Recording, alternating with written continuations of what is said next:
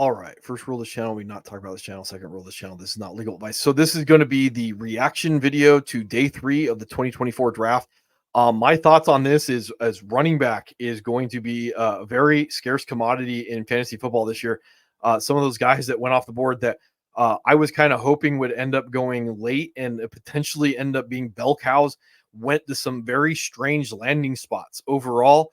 Let's see. The biggest thing that I want to get off my my chest first of all is I missed this yesterday. I just forgot about it. Jackson Powers Johnson goes 12th overall in the second to the Raiders. Upgrade to the Raiders. Toys definitely. Zamir White. This one helps Zamir White. We're going to talk about one that hurts Zamir White a little bit later. Moving on to the 4th round of the draft. Jatavion Sanders goes first overall in the 4th round to the Panthers. Now, my thoughts on this are probably more related to if the ghost of Adam Thielen can make the roster, is going to have a better road in Dynasty to be relevant attached to Bryce Young as the number 3 than he is going to be in redraft. I may end up moving him up to the range of draftability down the line in redraft just because he's a tight end for the most part. He's a rookie. He's going to have the opportunity to start.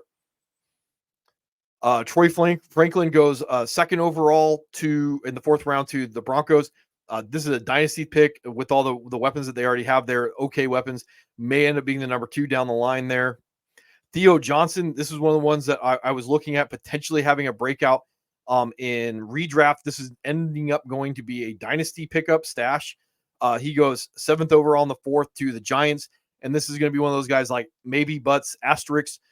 Maybe Darren Waller does or does not come back. They still have Daniel Bellinger. I like Daniel Bellinger a lot. He is a big 6'6", 259 tight end that blocks and ran a 4.57 third-year breakout. This would be a guy I'd be looking at for the Giants down the line. Javon Baker, pencil this in. This is going to be one of those like league winners. So I like Polk, the Patriots 2nd round pick. I think he's a good number 2. I like Baker. I think he has the possibility to be special. So this is one of those guys in redraft that I would be looking at like in that 12th, 13th round, depending on how things shake out with ADPs. In Dynasty, this is one of the ones that I would be going up around early to make sure that I potentially could get the number 1 attached to a rookie quarterback down the line. Let's see. Walker goes 13th overall to the Ravens. I think he's just wide receiver 3. Not that interested in that overall. I don't know about Eric All. I don't know anything about him overall. He goes 15th in the 4th to the Bengals. So maybe down the line, he's going to be the tight end attached to Joe Burrow. I'm going to have to look into this a little bit more. Jalen Wright goes 20 overall in the 4th to the Dolphins. And this is one of the ones where I was like, huh? So potentially, I don't particularly like Jalen Wright as a prospect, and this is the reason why I bring it up. So you're looking at Devin Achane, Raheem Mostert, Jeff Wilson, Solomon Ahmed, and Chris Brooks on the roster right now. Chris Brooks is probably more of the special teams guy. How Jalen Wright gets on the field, I have no idea.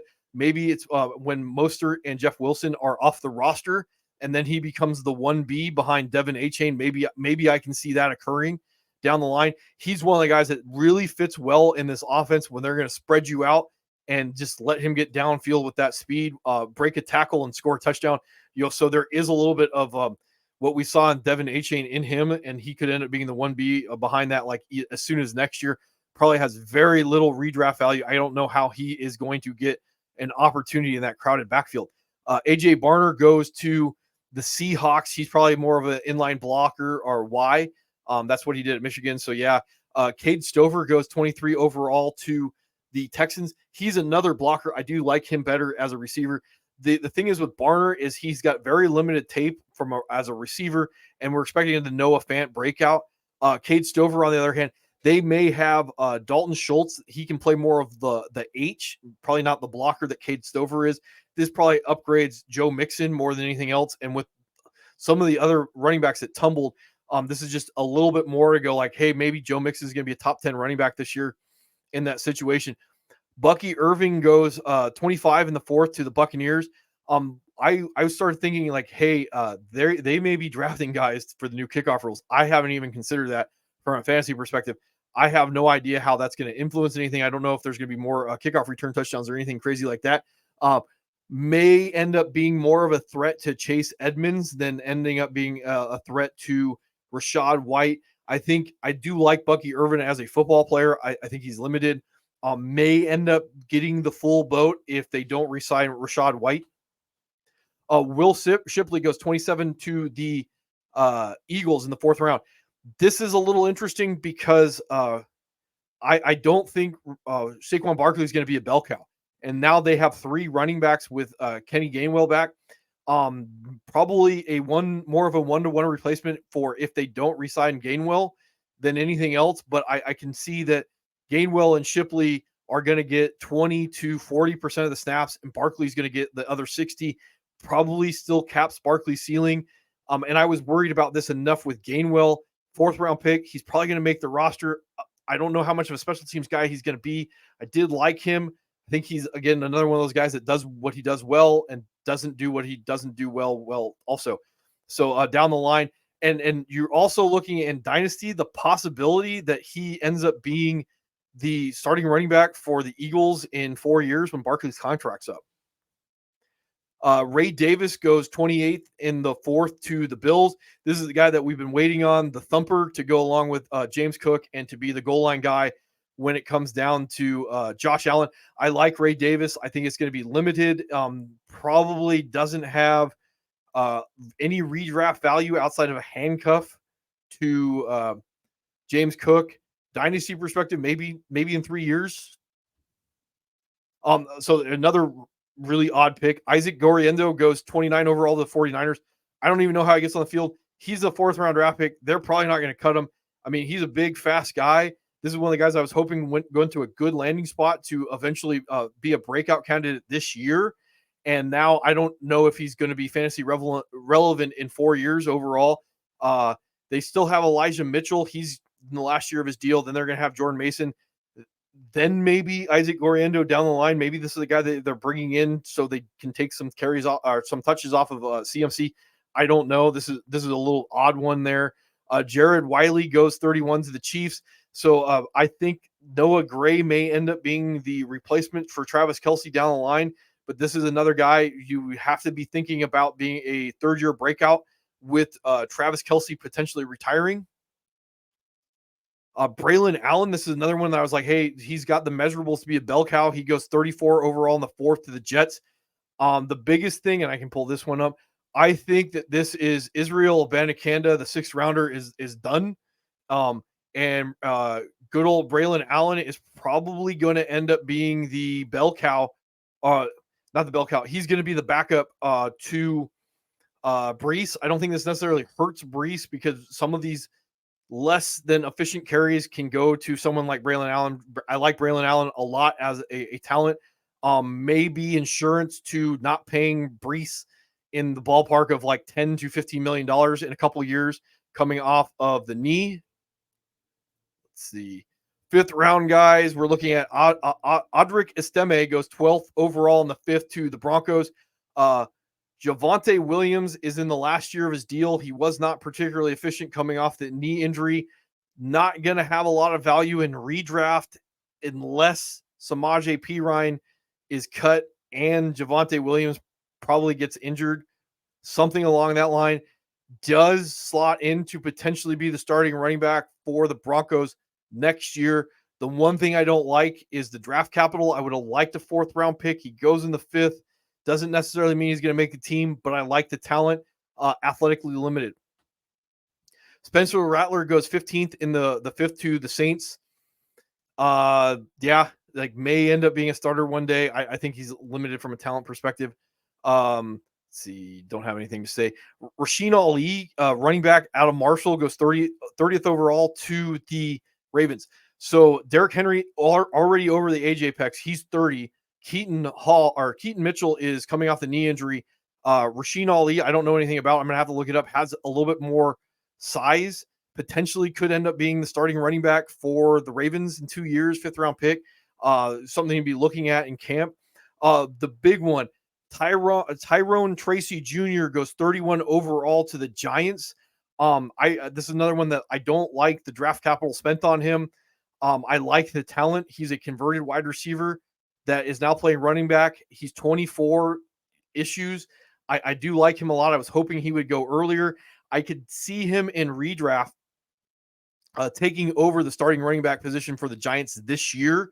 From a dynasty perspective, I could see it being next year. Again, the big problem is going to be the draft capital and something to be monitoring in camp about like how much they do or they do not like him. This would be one of the ones that I would be looking at.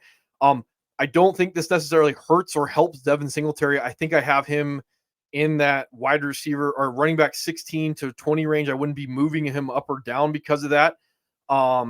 But yeah, like I could definitely see Tyrone Tracy being a league winner either because he wins the job because of his ability or there's an injury and he ends up getting it that way. Jordan Travis goes 36 overall to the Jets.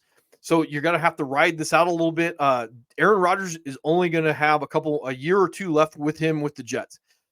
Jordan Travis, who I didn't particularly love his tape, has the possibility of being a cheat code quarterback with the nimbly bimbly. So, 2 years from now, 3 years from now, starting quarterback for the Jets with cheat code ability, yeah, maybe could happen. Just don't like the draft capital put into them. They can get out from underneath them. Isaiah Davis, this is another one that makes me go like Israel Benekend is going to be gone. I watched his tape. He's good. I don't know how much FCS guys translate. That's the problem. But again, with the draft capital put into him, like Israel Benekend is probably gone at this point. Let's see. Sixth round pick. So this is another one sneaky. I do like Vidal out of Troy, sixth round pick, fifth overall to the Chargers. So the depth chart that we'd be looking at with the Chargers right now is Gus Bus on that 4-year deal, J.K. Dobbins. Vidal comes in. I do like Vidal. He's got the athleticism to be a league winner. Maybe it happens this year. Probably if they do like him, it's going to be next year. That's what I'd be thinking. Jace McCullough out of Alabama goes 10th overall in the 6th to the Falcons. What I'd be thinking with this one is he is more of a replacement for Tyler Algier. Algier is going to be going into 3 years contract. Again, I can see Algier being a starter in the NFL. They're probably not going to pay him, and they're thinking ahead with this pick. I do like Jace McCullough to be in that rotational type of range. So this, probably a benefit to Bijan to take some of those less than efficient carries off of his body. Joe Milton goes to the New England Patriots at 17. I don't think this is necessarily fantasy relevant. He is one of those cheat code guys. It's going to be a very long road. Tanner McLaughlin goes 18th overall in the 6th. I thought he was going to go a little earlier. Maybe there's a chance between him and one of these guys works out and they're the tight end attached to Joe Burrow. Dylan Labe goes 32nd overall on the 6th to the Raiders. And I said, this is going to be the one that hurts the Zamir White shares. I don't think that he's going to start the season off as the receiving back. I think he can eat into that either this year or next year.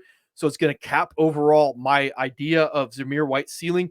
I would still probably keep Zamir White as a top 10 running back, but this would make me think that like the ability to finish with those more elite legendary seasons is going to be capped.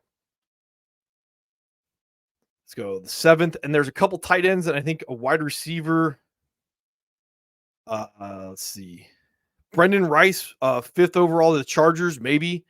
The big ones, and I cleared this one out. So Jaheim Bell goes 11th overall in the 7th to the New England Patriots. Again, this is going to be one down the line. Hunter Henry and Austin Hooper, maybe down the line, 3rd-year breakout. I do like the athleticism of Bell. I also don't think he's a very good football player. You do what you want with that. And then I think the last guy to talk about in all of this is going to be tight end Devin Culp. He's the tight end that ran a 4.47. He goes 26 overall to the Buccaneers. Probably never going to be more than the number 2, the athlete, the H. I imagine that the Buccaneers are going to re-sign Cade Otton, but the athletic measurables on this is a dart throw in Dynasty. And then the other news out of all of this that I think I was looking at is Rico Dowdle. He's going to be the big winner. Probably going to move up to being a top 10 running back after all this. The Cowboys didn't bring anybody in.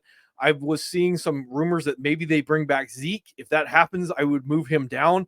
But right now he looks like he's going to be a top 10 guy overall going into the season, believe that or not. And I'm going to break down all the landing spots, the road for the league winners to be league winners and all that type of stuff.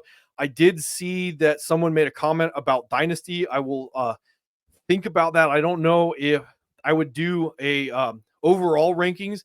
I might do a positional ranking of the guys, because dynasty rosters are a little funky when it comes to you needing what you need versus other guys. So I don't know if I would combine them all together, but I was thinking about doing something for dynasty. This is more of a redraft channel. I'm trying to figure that out when it comes to dynasty. So if you guys are interested in that, let me know what your thoughts are. Anyway, I probably won't get a video out tomorrow because I'm going to re-look at the rankings. Maybe Monday I'll start breaking the stuff down.